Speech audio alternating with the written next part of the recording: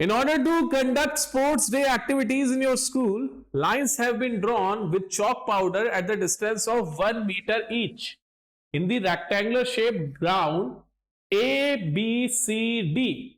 100 flower pots have been placed at a distance of 1 meter from each other along AD. As shown in the given figure below, Niharika runs 1/4 of the distance AD on the second line. देख रहे हो, ये निहारिका है, इसके हाथ में green flag है.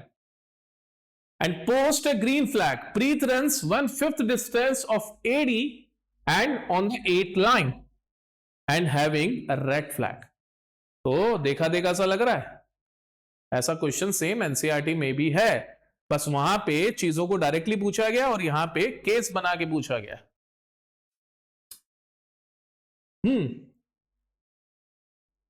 तो इस गिवन इंफॉर्मेशन से अगर मुझे पता है आगे मुझे क्या चाहिए, मुझे बेसिकली इनके कोऑर्डिनेट्स चाहिए, क्योंकि जो आप चैप्टर कर रहे हो वो है कोऑर्डिनेट ज्योमेट्री. तो अगर मैं निहारिका और प्रीत के लिए कोऑर्डिनेट निकालूं, मतलब ग्रीन फ्लैग के लिए कोऑर्डिनेट निकालूं जो कि निहारिका के हाथ में है, तो वो एक्स के अबाउट किस लाइन पे जा रही है? सेकंड लाइन पे.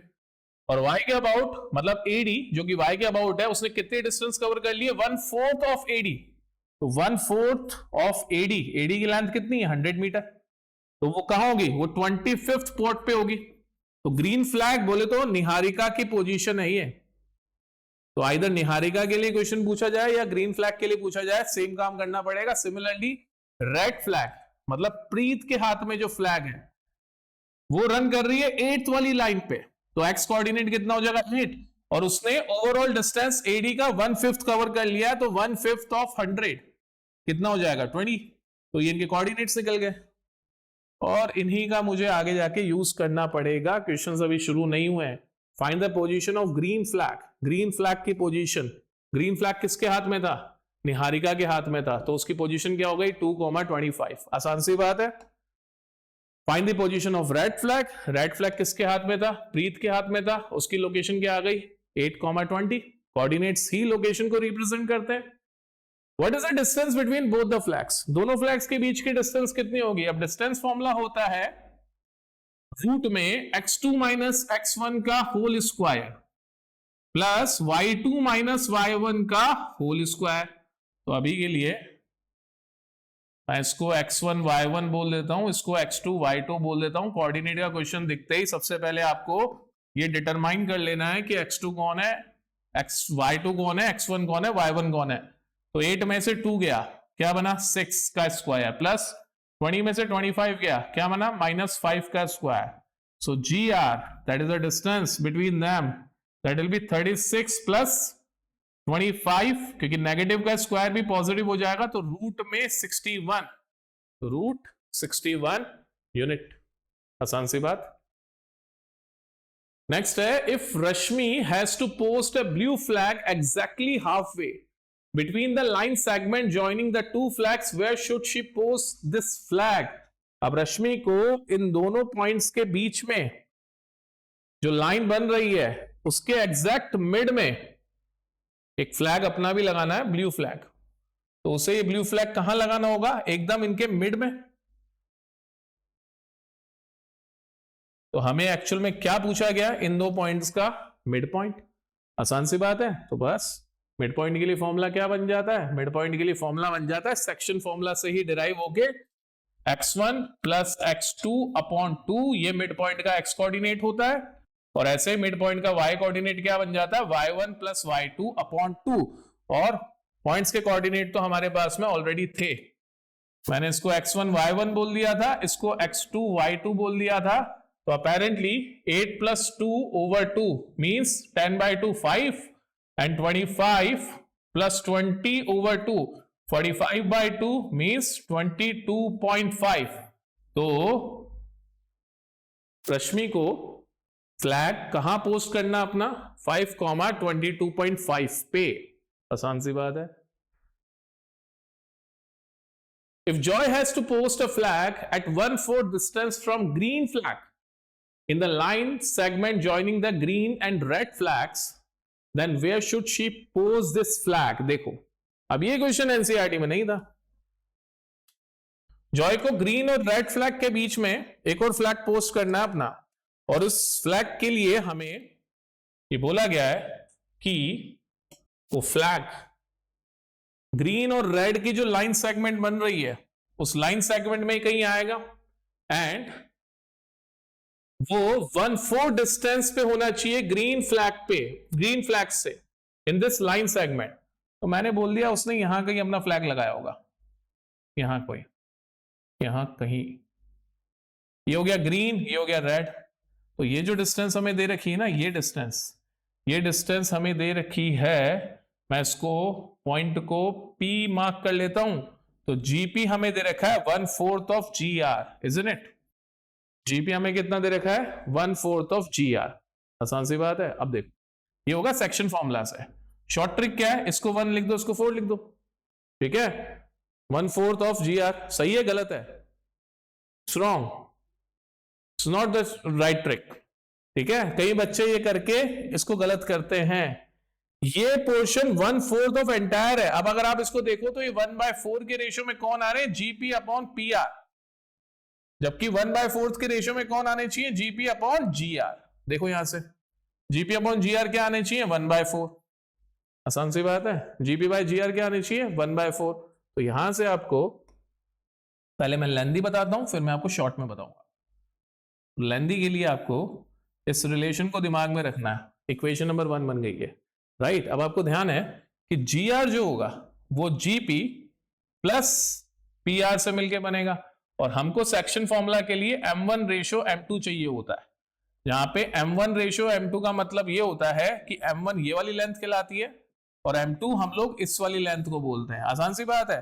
तो मुझे technically GP ratio PR required है in order to solve this problem. तो मैं वही ढूंढने वाला हूं। तो यहां से मैंने गलत लिख दिया था, GR जो होगा वो GP प्लस PR होगा, राइट? अब यहां से अगर मैं GP की वैल्यू उठा के इधर पुट कर दूं तो GR कितना हो जाएगा? 1/4 ऑफ GR प्लस PR। तो अपेरेंटली PR कितना हो जाएगा? PR हो जाएगा GR की टर्म्स में, that is GR minus 1/4 of GR। दोनों में से GR कॉमन लिया तो PR कितना बन गया?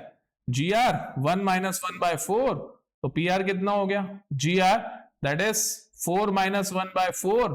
तो PR will be 3/4 of GR। अच्छा, GR क्या है? इस पूरी लाइन का नाम, लाइन सेगमेंट का नाम। PR मेरे पास में P से लेके R तक की डिस्टेंस GR की टर्म्स में आ गई और GP की भी डिस्टेंस मुझे GR के टर्म्स में दे रखी थी। तो अपेरेंटली अगर मैं इक्वेशन 1 और 2 का रेशियो कर लूं, GP बाय PR क्या बन जाएगा? 1/4 of GR versus 3/4 of GR। GR से GR कैंसिल हुआ, 4 से 4 कैंसिल हुआ, तो GP अपॉन PR का रेशियो कितना आ गया? 1:3। आसान सी बात है, ठीक है? तो अगर ये पूरी लेंथ 4 है और ये लेंथ 1 है तभी तो ये पूरी का 1/4 हुआ, समझ रहे हो? तो ये रेशियो क्या बनेगा यहां से? 1:3। आसान सी बात। तो अब आपके पास में M1 और M2 की वैल्यूज पता पड़ गई, तो आप इस पॉइंट के कोऑर्डिनेट्स निकाल सकते हो। कैसे निकाल सकते हो? x is equals to M1x2 plus M2x1 upon M1 plus M2 and y is equals to M1y2 plus M2y1 upon M1 plus M2। अब आपको ध्यान रखना पड़ेगा, जहां पे 1 वाला रेशियो है, अगर आप इसको M1 बोल रहे हैं तो इन पॉइंट्स को आप x1 y1 बोलेंगे, और जहां पे M2 आपने लिखा है और M2 को आप 3 यूज करेंगे तो इनको आप x2 y2 यूज करेंगे। अगर आप उल्टा कर देंगे तो सारे आंसर्स गलत हो जाएंगे। तो इस बात का आपको ध्यान रखना पड़ेगा यहाँ पे, ठीक है? सो वैल्यूज क्या आ जाएंगी? देखो M1 हमारे पास में 1 था, x2 यहां से कितना हो गया? 8 प्लस M2 हमारे पास में कितना बना था? 3 और x1 कितना हो गया? x1 की वैल्यू हमारे पास में है 2 और नीचे M1 प्लस M2 मतलब 1 प्लस 3। सो अपेरेंटली ये हो जाएगा 8 plus 6 upon 4। 8 plus 6 upon 4 means 14/4। 14/4 कितना हो जाएगा? 3.5। कोऑर्डिनेट है ये 3.5।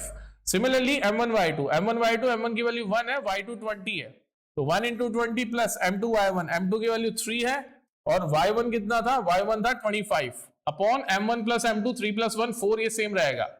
सो 25 3s are 75, 75 plus 20 95/4, 4 2s are 8, 4 3s are 12, बचा 30, डेसिमल लगाया 75, 23.75। तो इस पॉइंट के कोऑर्डिनेट कितने आ गए 3.5 एंड 24, देखो क्लोजेस्ट।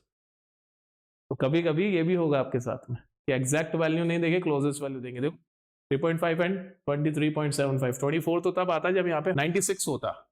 सो सही आंसर क्या होगा, ये वाला, easy. The class 10 students of school in Krishnanagar have been allotted a rectangular plot of land for their gardening activity. The sapling of gulmohar are planted on the boundary at the distance of 1 meter from each other. There is a triangular grassy lawn in the plot as shown in the figure. The students are to sow seeds of flowering plants on the remaining area of the plot.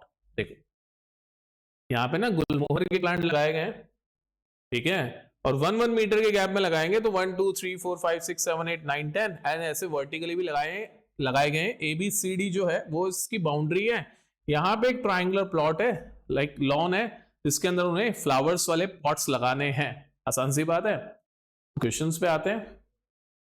Taking A is the origin, find the coordinates of P।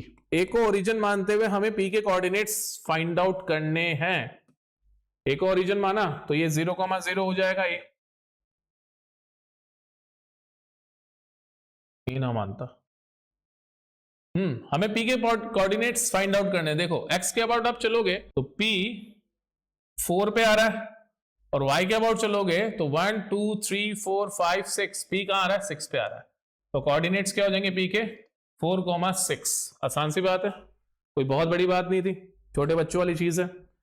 पर कहानी बदलेगी। What will be the coordinates of R if C is origin. अगर C को आप origin मानोगे तो are के coordinates क्या है। सी को ओरिजिन माना 0,0, तो सी से आप लेफ्ट में चल रहे हो 1 2 3 4 5 6 7 8 9 10, तो 10, ठीक है, और साथ ही साथ आप नीचे चल रहे हो 1 2 and 3।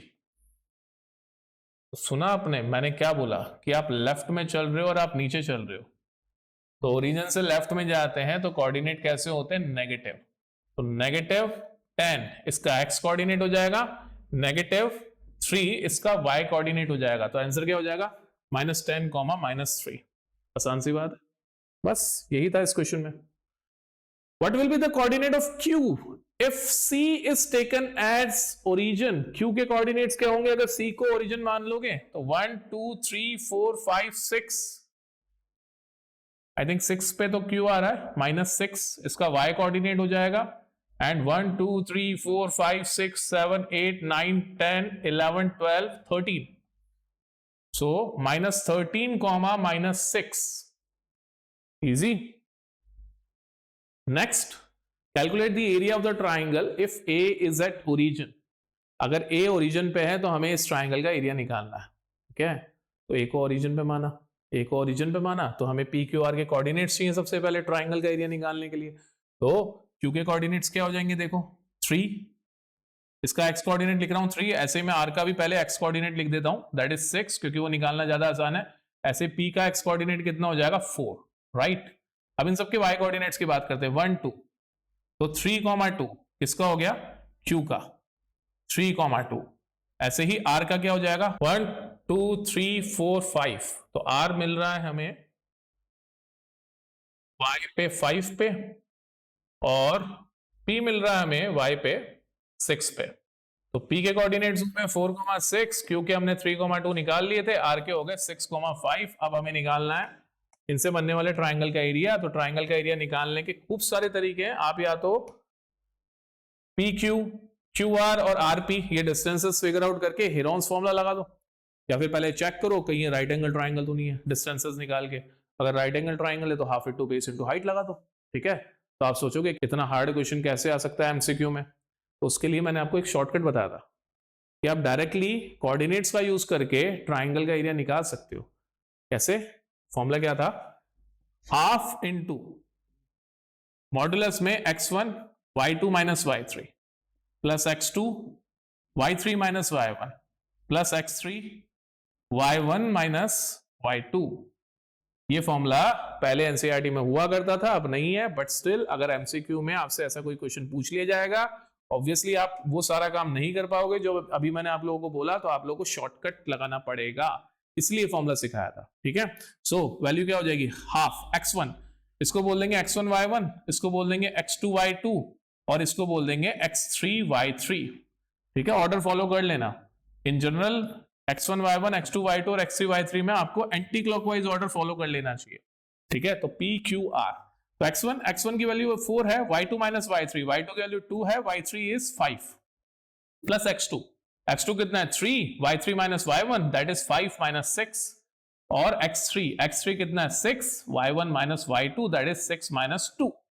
So apparently 1 by 2, 4 times 3, 4 times minus 3 is minus 12, plus 3 times minus 1 is minus 3, plus 6 times 4 is 24, तो कितना हो जाएगा माइनस 15, देखो आप इस चेक कर लें, माइनस 3 माइनस 12 माइनस 12 माइनस 3 और 6 4 24, कितना हो जाएगा minus 15, 1 by 2 times minus 15 plus 24, और यहाँ पे मॉडुलस लगाते हैं, जो भी वैल्यू अंदर से आती है वो पॉजिटिव आएगी, तो कितना रह जाएगा 1 by 2 times 9, that means 4.5 metre square. अब अगला इससे इंटरेस्टिंग क्वेश्चन है, कहता है calculate the area of the triangle if C is at origin. तो अगर आपके पास में थोड़ा सा कॉमन सेंस है तो इससे फर्क नहीं पड़ता आप ट्राइंगल को कहां से देख रहे होते हो, ट्राइंगल का एरिया सेम रहेगा, तो वही वैल्यू आने वाली जो पहले आई थी 4.5, ठीक है 4.5, easy. Carpooling, it is a sharing of the car journey so that more than one person travels in a car and prevents the need for others to have to drive to a location themselves. By having more people using one vehicle, carpooling reduces each person's travel cost as such as fuel cost, tolls and the stress of driving. Carpooling is also a more environmental friendly and sustainable way to travel as sharing journeys reduces air pollution, carbon emission, traffic congestion on the roads and the need for parking space. करते हैं कई लोग। 3 friends, Amar, Bandhu and Chakradev, lives in societies represented by point A, B and C respectively. They all work in offices located in the same building represented by the point O. यार O कहाँ है? Origin ही होना चाहिए। Represented by point O. Since they all go to same building every day, they decided to do carpooling to save money on petrol. Based on the above information, answer the following questions. देखो home print नहीं था तो मैंने यहाँ पे O लिख दिया है। A है, A के कोऑर्डिनेट्स 2,8, B के कोऑर्डिनेट्स 7,7 और C के कोऑर्डिनेट्स 5,3। आई गेस कोऑर्डिनेट्स आपको विजिबल होंगे, नहीं है तो मैं लिख दूंगा। Which society is nearest to the office? Office से सबसे क्लोज कौन सी सोसाइटी है? देखो तो हमें अपेरेंटली O से लेके A, O से लेके B एंड O से लेके C की डिस्टेंसेस फिगर आउट करनी है। ये हो गया OA, ये हो गया OB, ये हो गया OC। तो OA कितना हो जाएगा?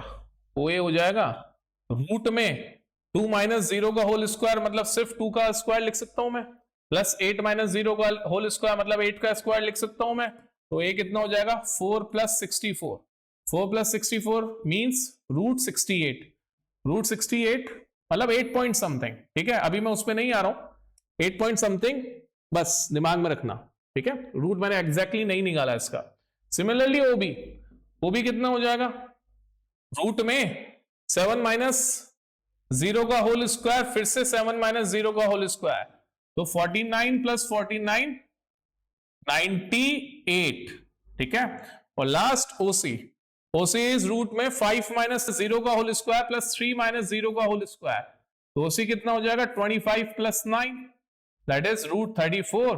तो आपको ये दिखाई दे गया कि सबसे क्लोज कौन रहता है, C पे जो रहता है फ्रेंड, तो OC is the shortest distance, right. C is the closest from the office. What distance between A and C? A और C के बीच की डिस्टेंस निकालनी है, तो यहां पे डिस्टेंस फॉर्मूला लगाना है, कोई बहुत बड़ी चीज नहीं है। देखो इनको बोल दिया मैंने x1 y1 और इनको मैंने बोल दिया x2 y2, तो AC कितना हो जाएगा, AC हो जाएगा रूट में 5 माइनस 2 का होल स्क्वायर प्लस 3 माइनस 8 का होल स्क्वायर। तो AC will be 5 minus 2 means 3 का स्क्वायर प्लस माइनस के 5 का स्क्वायर। सो अपेरेंटली AC कितना हो गया 9 प्लस 25 मीन्स रूट 34। ये वही डिस्टेंस है जो कि C की आई थी O से। Easy. Find the least distance between AB, OA and BC। आपको AB, OA एंड BC इन सब में से सबसे कम डिस्टेंस निकालनी है। तो ऑब्वियसली आपको क्या करना है, डिस्टेंस फॉर्मूला लगाना है। तो सेम रिपीटेटिव काम हो रहा है, कुछ प्रोडक्टिव नहीं हो रहा है, इसलिए मैं इसको स्किप कर रहा हूं, ठीक है ना। इफ बंधु and Chakradev plan to meet at a club situated at the midpoint of line joining the point B and C. Find the coordinate at this point. तो यहां पे हमसे बोल रहा है मिड पॉइंट फॉर्मूला लगाने के लिए, तो बहुत आसान होता है मिड पॉइंट फॉर्मूला। यहां कहीं मिड पॉइंट आने वाला है जहां पे इनको मिलना है। तो फॉर्मूला क्या हो जाता है, x1 प्लस x2 अपॉन 2, ये होता है x कोऑर्डिनेट, और y कोऑर्डिनेट क्या होता है y1 plus y2 upon 2। So x1 plus x2 upon 2, 7 plus 5 over 2, that is 12 by 2, which will give you 6, and y1 plus y2 upon 2, 7 plus 3 upon 2, that is 10 by 2, which will give you 5. तो coordinate क्या हो जाएंगे इस point पे जहां पे उनको मिलना है, that will be 6,5। आसान सी बात है, easy. Resident welfare association RWA of a Gulmohar society in Delhi have installed 3 electric poles A, B and C in the society's common park. Despite these 3 poles, some parts of the park are still in dark. So RWA decide to have one more electric pole D in the park. So the park can be modeled as the coordinate system given below. तो park को ऐसा coordinate system की तरह दिखाया गया है जहां पे आपको 10 by 10 का एक कार्टेशियन प्लेन दे दिया गया। आपको यहाँ पे ए पोल दिखाई दे रहा है, यहाँ बी पोल दिखाई दे रहा है, यहाँ सी पोल दिखाई दे रहा है।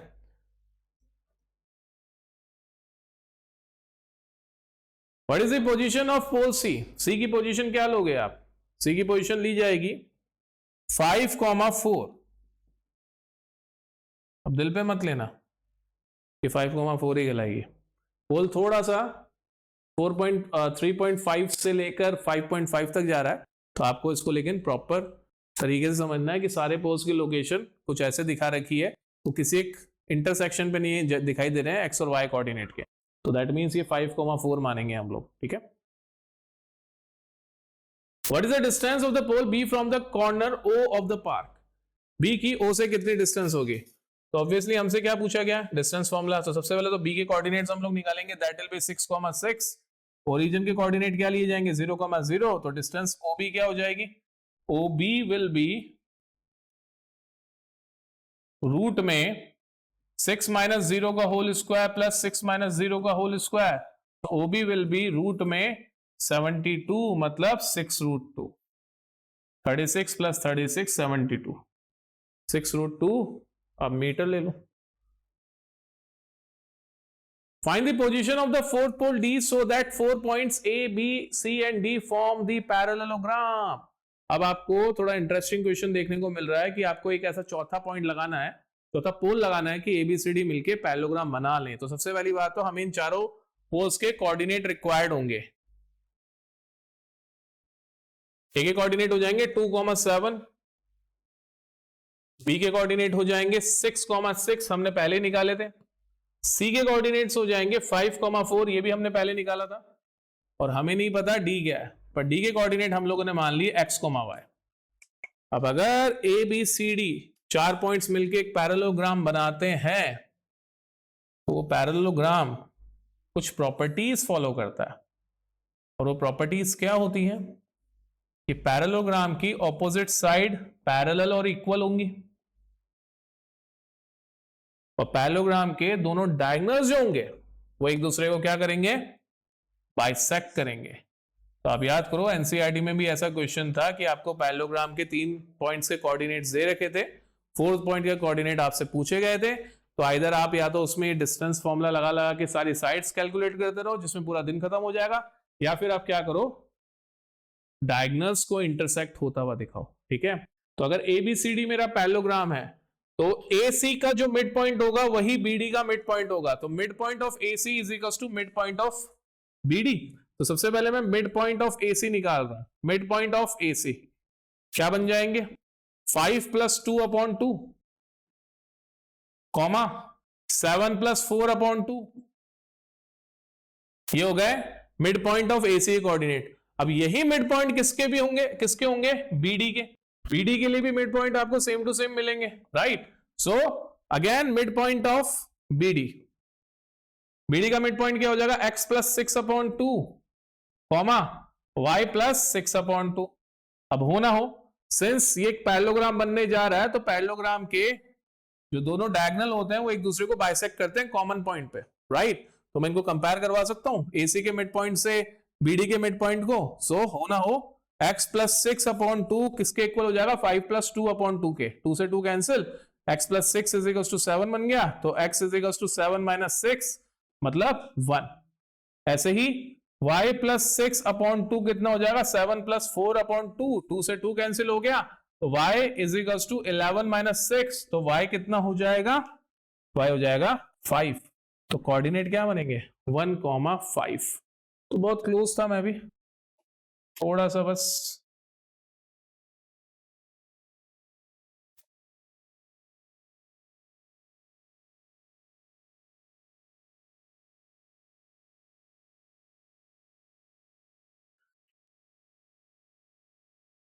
(1, 5), that means this point, right?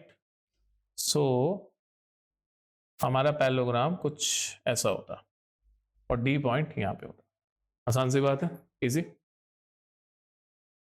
What is the distance between pole A and C? A और C के बीच में डिस्टेंस निकालनी है आपको, सिंपली डिस्टेंस फॉर्मूला लगाना, कोई बहुत बड़ी चीज है नहीं है। C के कोऑर्डिनेट्स हमें पता है जो कि है 5, 4, A के कोऑर्डिनेट्स हमें पता है जो कि है 2, 7।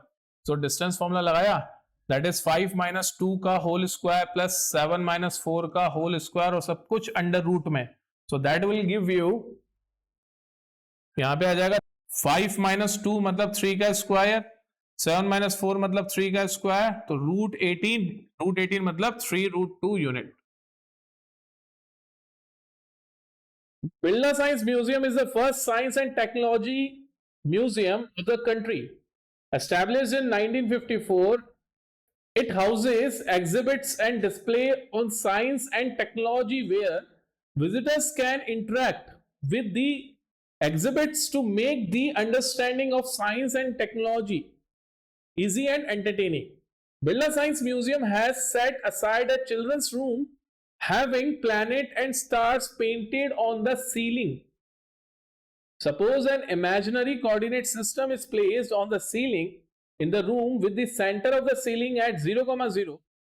3 particular stars are located at -10, 5, 3, -8 and -7, 4. उनका नाम है STR, where the coordinates represent the distance in feet from the center of the room.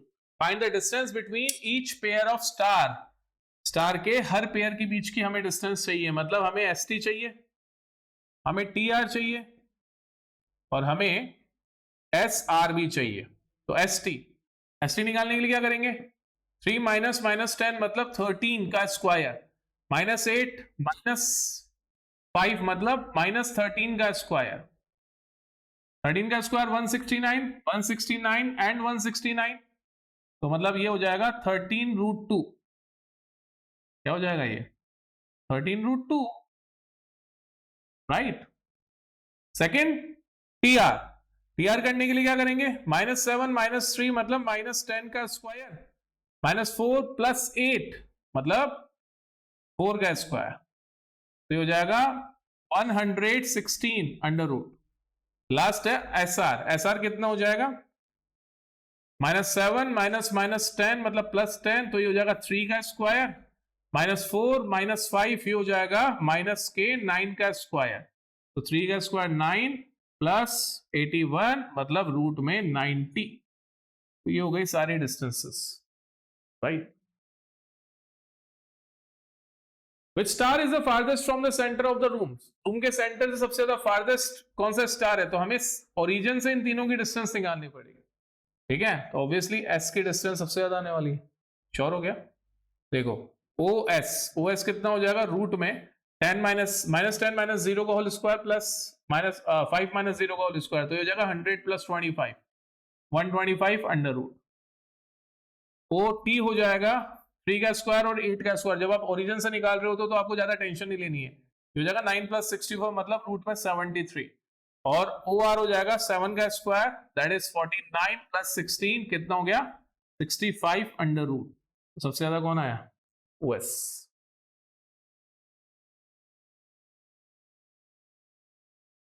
Satellite images are images of Earth collected by imaging satellites operated by government and businesses around the world. Satellite imaging companies sell images by licensing them to government and businesses such as Apple Maps and Google Maps. It should not be confused with astronomy images collected by Space Telescope. Barun lives in Jaipur in Vaishali. Satellite images of his colony is shown in the given figure. In this view, his house is pointed out by a flag which is situated at the point of intersection of x and y axis. If he goes 2 centimeter east and 3 centimeter north, देखो question के अंदर जो हमें data दे रखा है वो हमें कह रहा है इनडायरेक्टली मैप बनाने को, तो हम रीड करके मैप बनाते जाएंगे। तो सबसे पहले तो ऐसा बोला गया है कि उसका जो हाउस है वो एक्स और वाई एक्सिस के इंटरसेक्शन पे है, मतलब ओरिजिन पे उसका हाउस है। मैं यहां से लेबलिंग कर लेता हूं ताकि वो जो भी डेटा दे हमें उसको हम अच्छे से रिप्रेजेंट कर पाए।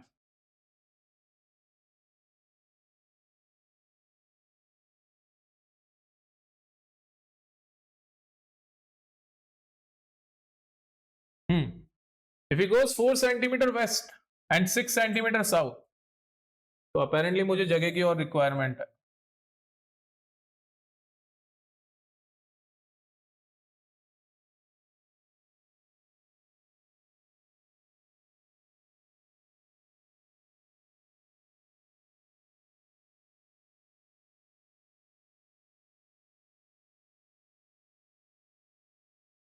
यहाँ पे होता है नॉर्थ, यहाँ पे होता है साउथ, यहाँ पे होता है ईस्ट, यहाँ पे होता है वेस्ट। ये कहता है 4 centimetre waste.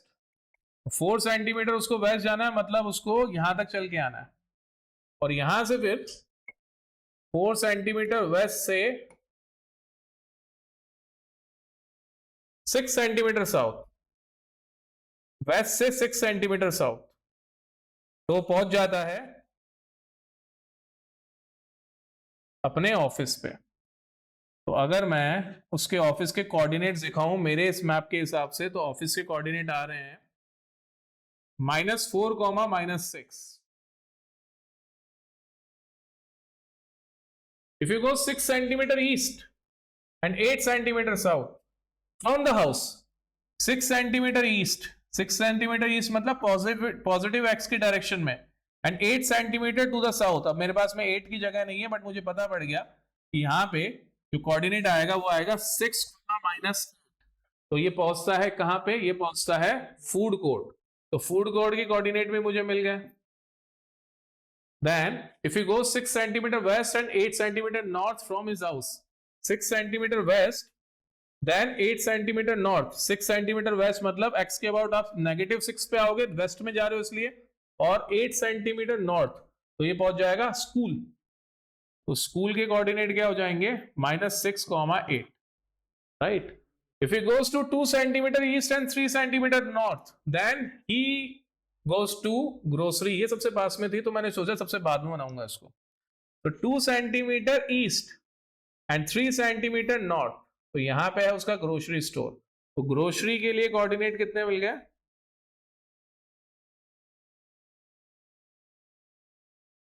That is 2, 3, right. तो हमें सारा डेटा पता पड़ चुका है। Find the distance between grocery store and the food court. अब बस आपको क्या करना है, आपको इस डेटा का यूज करके जो जो वो इंफॉर्मेशन मांगेगा वो इंफॉर्मेशन निकाल के देनी है। सिंपल सा क्वेश्चन है, बस लैंग्वेज थोड़ी लंबी थी कि आपको कोऑर्डिनेट इस बार खुद को बनाने थे, राइट। बस काम शुरू कर सकते हैं। सबसे पहले distance between grocery store and food court. तो ग्रोसरी एंड फूड कोर्ट के बीच में डिस्टेंस क्या हो जाएगी, 6 - 2 का होल स्क्वायर प्लस -8 - 3 का होल स्क्वायर अंडर रूट। तो रूट में ये बन गया 4 का स्क्वायर 16, ये बन गया 11 का स्क्वायर 121। तो अपेरेंटली वैल्यू कितनी आ जाएगी, रूट में 137 सेंटीमीटर ऑन ग्राफ, राइट। ठीक है, तो यूनिट देख के कंफ्यूज मत होना, क्योंकि उसने हमें सारा डेटा सेंटीमीटर्स में दिया है कि जितना भी नॉर्थ वेस्ट ईस्ट साउथ चल रहा है सेंटीमीटर में चल रहा है ऑन ग्राफ पे या फिर मैप्स पे। तो मैप के हिसाब से हम लोग मेजर कर रहे हैं ना सब कुछ। अब हो सकता है यहाँ पे 1 सेंटीमीटर का मतलब 1 किलोमीटर हो, या 1 सेंटीमीटर का मतलब सिर्फ 100 मीटर भी हो सकता है, 10 मीटर भी हो सकता है, ठीक है। तो वो यूनिट हमें नहीं दी गई है। नेक्स्ट है find the distance of school from the house. उसके घर से स्कूल की डिस्टेंस क्या होगी, ऑब्वियसली बात है उसका घर था ओरिजिन पे, ओरिजिन से कोई भी डिस्टेंस निकालने के लिए आपको क्या करना होता है, सिंपली O2S क्या बन जाएगा, रूट में -6 का होल स्क्वायर प्लस 8 का होल स्क्वायर। 6 का होल स्क्वायर कितना हो जाएगा 36, 8 का होल स्क्वायर 64, तो रूट में 100 means 10 centimetre on map. Easy. If the grocery store and office lie on the line, what is the ratio of the distance of house from grocery store to that from office? देखो, अगर आप notice करो, क्योंकि हमने सब graph पे बना भी दिया है, तो हो ना हो ओरिजिन बीच में आएगा। ग्रोसरी स्टोर के पॉइंट्स कोऑर्डिनेट पॉजिटिव है इसलिए वो राइट में लिखे जाएंगे, और ऑफिस के कोऑर्डिनेट नेगेटिव में है इसलिए उनको लेफ्ट में लिखा जाएगा। हमें क्या करना है, हमें निकालना है the ratio of the distance of house from grocery store to from office। House से ऑफिस और ग्रोसरी स्टोर की डिस्टेंस के रेशियो लेना है। तो अगर आप ये नहीं भी बनाते तो भी आप सीधा डिस्टेंस निकाल के रेशियो ले सकते थे, क्योंकि उसने सिर्फ रेशियो ही मांगा ना हमसे, तो मैंने तो बस बना के दिखा दिया। अगर ये नहीं भी बनाते तो आपको सिंपली डिस्टेंसेस निकालनी थी। तो हाउस से ऑफिस की डिस्टेंस कितनी हो गई, -4 का स्क्वायर प्लस -6 का स्क्वायर, रूट में कितना हो जाएगा, रूट में 16 + 36 मींस रूट 52। और यहां से हाउस से ग्रोसरी स्टोर की डिस्टेंस कितनी हो जाएगी, 2 का स्क्वायर प्लस 3 का स्क्वायर अंडर रूट, तो रूट में 13। तो आपको रेशियो निकालना है, रेशियो निकालना है ग्रोसरी स्टोर से घर का और ऑफिस से घर का। So root 13 upon root 52। तो आप रूट 13 अपॉन रूट 52 को क्या लिख सकते हो, 2 रूट 13, क्योंकि 13 4s are 52 होता है। इस 4 को हमने बाहर निकाल दिया, 2 बन गया, काटा, डिस्टेंस का रेशियो क्या आ गया 1:2, राइट। तो कौन क्लोज है, ग्रोसरी स्टोर क्लोज है, देन ऑफिस दूर है। जितना ग्रोसरी स्टोर है उसका डबल ऑफिस है। आसान सी बात, easy. Find the ratio of the distance of the house from school to food court. तो सेम काम करना है आपको फिर से, स्कूल और फूड कोर्ट की डिस्टेंसेस निकाल के उनका रेशियो निकाल लेना। आसान से क्वेश्चंस है। The box used to shift some washing machine are perfect cubes with edges A, find the length of the diagonal D of one side and the length of the interior diagonal capital D through the middle of the box. किसी भी cube के लिए आप दो तरह से diagonal बोल सकते हो। एक होता है उसके किसी फेस का डायगोनल, जो कि इस डायग्राम में स्मॉल डी से दिखा रखा है, this is known as face diagonal. तो दूसरा होता है बॉडी डायगोनल। बॉडी डायगोनल मतलब उसके पीछे वाले फेस के कहीं बॉटम से सामने वाले फेस के कहीं टॉप पे आएगा क्रॉस में, ठीक है। इमेजिन करके देखो जिस पे आप बैठे हो, मेरे पीछे जो वॉल है, ये वॉल अभी एक फ्लैट सरफेस है, तो इसको अगर मैं एक रेक्टेंगल अज्यूम कर लूं कुछ ऐसा, या फिर एक स्क्वायर भी अज्यूम कर लूं, तो इस स्क्वायर का जो डायगोनल होगा ना वही बोला जाएगा फेस डायगोनल किसी 3D बॉडी के लिए, ठीक है। ये हो गया face diagonal. On the other hand अगर ये एक क्यूब होता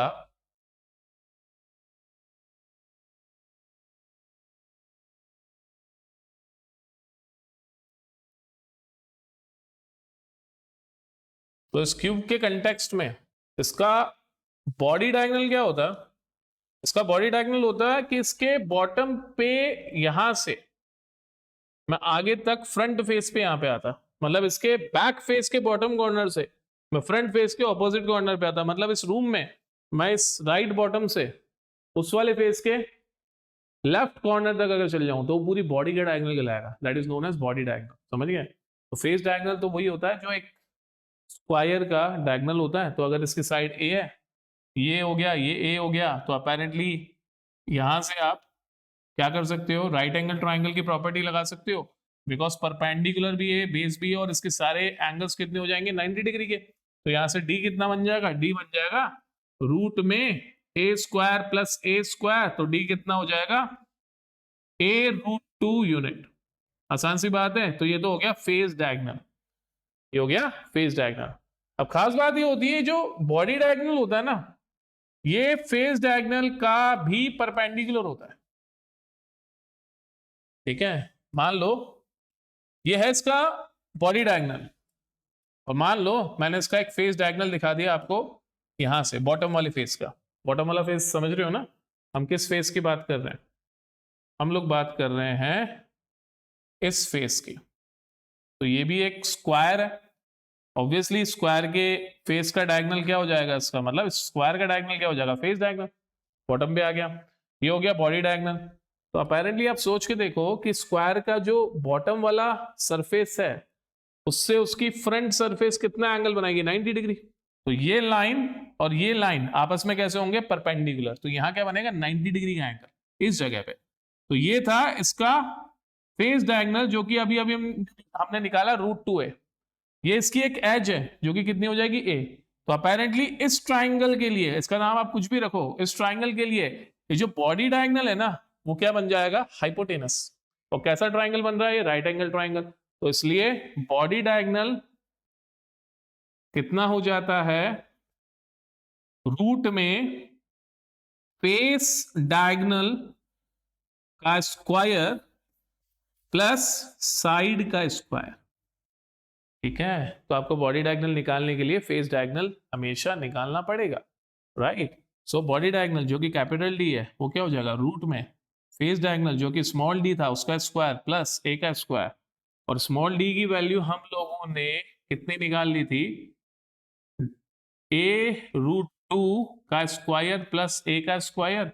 यहां पे बन गया 2a स्क्वायर और फिर प्लस ए स्क्वायर अंडर रूट। तो अपेरेंटली वैल्यू कितनी आ गई, 3a स्क्वायर अंडर रूट।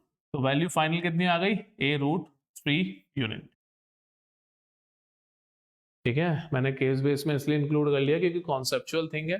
अब इसके बाद में कोई भी कंडीशंस लगा के आपसे क्वेश्चंस पूछे जाएं तो आप रेडी होंगे सारे आंसर्स देने के लिए। तो यहाँ से मेरे साथ में आप फॉर्मूला याद कर लो कि किसी भी क्यूब का जो फेस डायगोनल होता है वो √2a होता है और बॉडी डायगोनल क्या होता है, √3a होता है। रिजल्ट याद रखना, हमेशा काम आएगा मैथ्स में भी और आगे जाके दूसरे सब्जेक्ट्स में भी। ठीक है, सो बॉडी डायगोनल √3a होता है या a√3 होता है, आसान सी बात है, याद रखना। Case study: the centroid is the center point of the object. It is also defined as the point of intersection of all the three medians. The median is a line that joins the midpoint of a side and the opposite vertex of a triangle. The centroid of the triangle separates the median in ratio 2:1. It can be found by taking the average of x coordinate points and y coordinate points of all the vertices of the triangle. See the figure given below. D, E and F are the midpoints of side BC, AC and AB respectively. G is the centroid. The centroid divides the median in ratio 2:1 with the larger part towards the vertex. Thus, AG ratio GD is 2:1. On the basis of above information, read the equation below. If G is centroid of triangle ABC with height h and J is centroid of triangle ADE, line DE is parallel to BC, cuts the triangle ABC at height h/4 from BC, which is HF is equals to small h/4.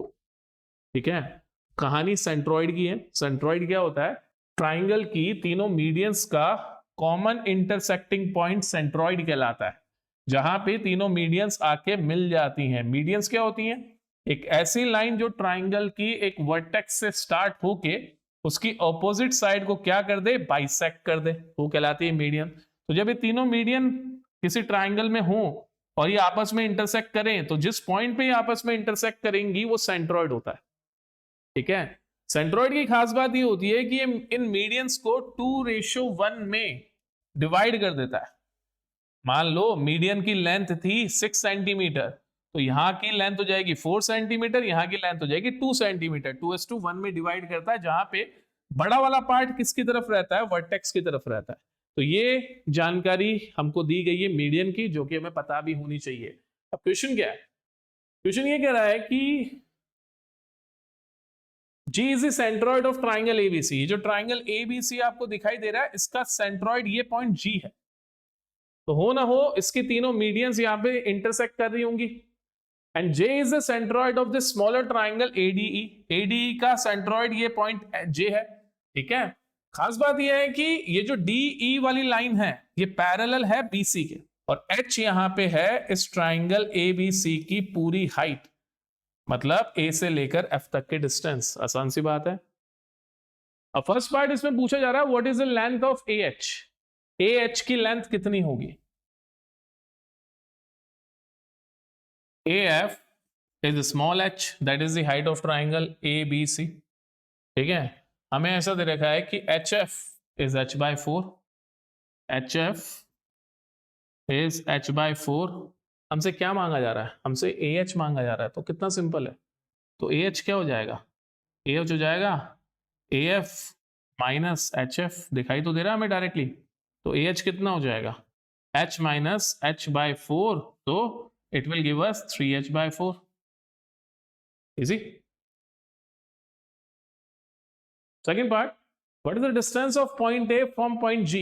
A की G से कितनी distance होगी? हमें सारी values ना H के terms में निकालनी है, क्योंकि हमें H दे रखा है, ट्राइंगल की हाइट H दे रखी है, हमें सब कुछ H के टर्म्स में निकालना। अब देखो हमें ये पता पड़ गया कि ट्राइंगल ADE में, चलो मैं इसको यहां पे एक बार फिर से बनाता हूं, छोटा सा ट्राइंगल, थोड़ा बेटर समझने के लिए।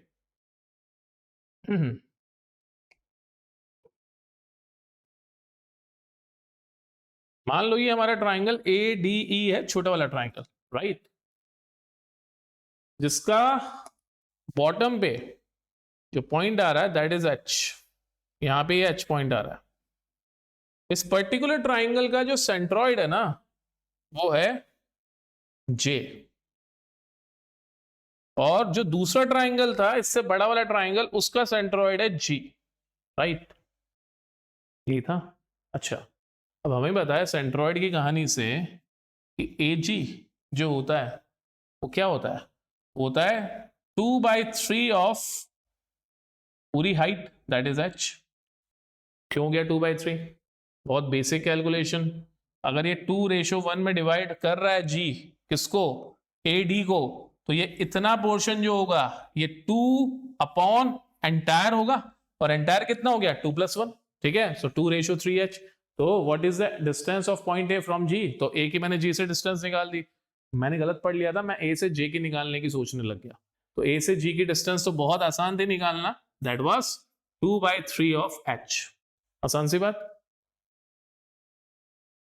A, what is the distance of point A from point J? A की J से डिस्टेंस निकालनी है।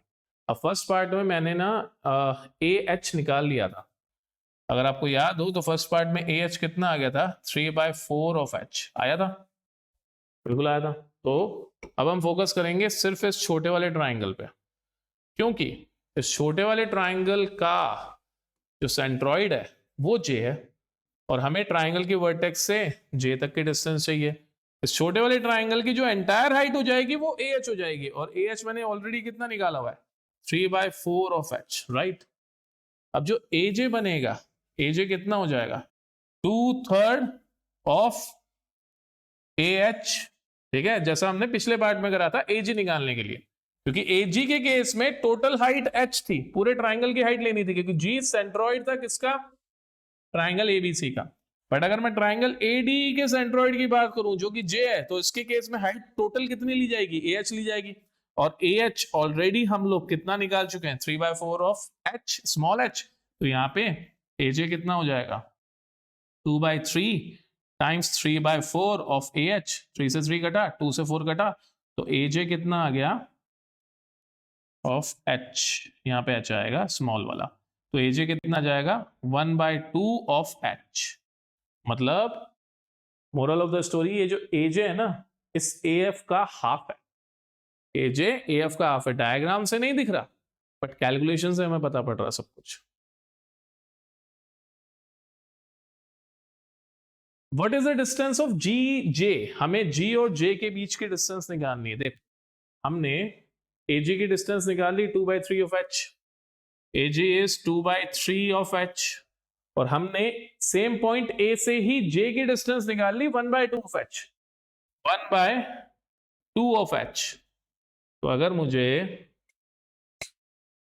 ये पर्टिकुलर डिस्टेंस पता है ए से और मुझे ये पर्टिकुलर डिस्टेंस पता है, और मुझे ये पर्टिकुलर डिस्टेंस पता है ए से, देखो ये डिस्टेंस ए जे ये कितना है 1/2 ऑफ एच, और मुझे ए जी की डिस्टेंस पता है दैट इज 2/3 ऑफ एच, तो क्या मैं जे से जी की डिस्टेंस नहीं निकाल सकता? बड़ी आसानी से निकाल सकता हूं। तो जी जे कितना हो जाएगा, G J will be A G minus A J, तो G J will be 2/3 of H minus 1/2 of H, तो G J will be, H common लिया 2/3 माइनस 1/2, तो G J will be H, LCM लिया इनका 2 times 3 6 हो गया, 2 times 2 4 minus 3, तो G J will be 1/6 of entire height H. आसान सी बात है।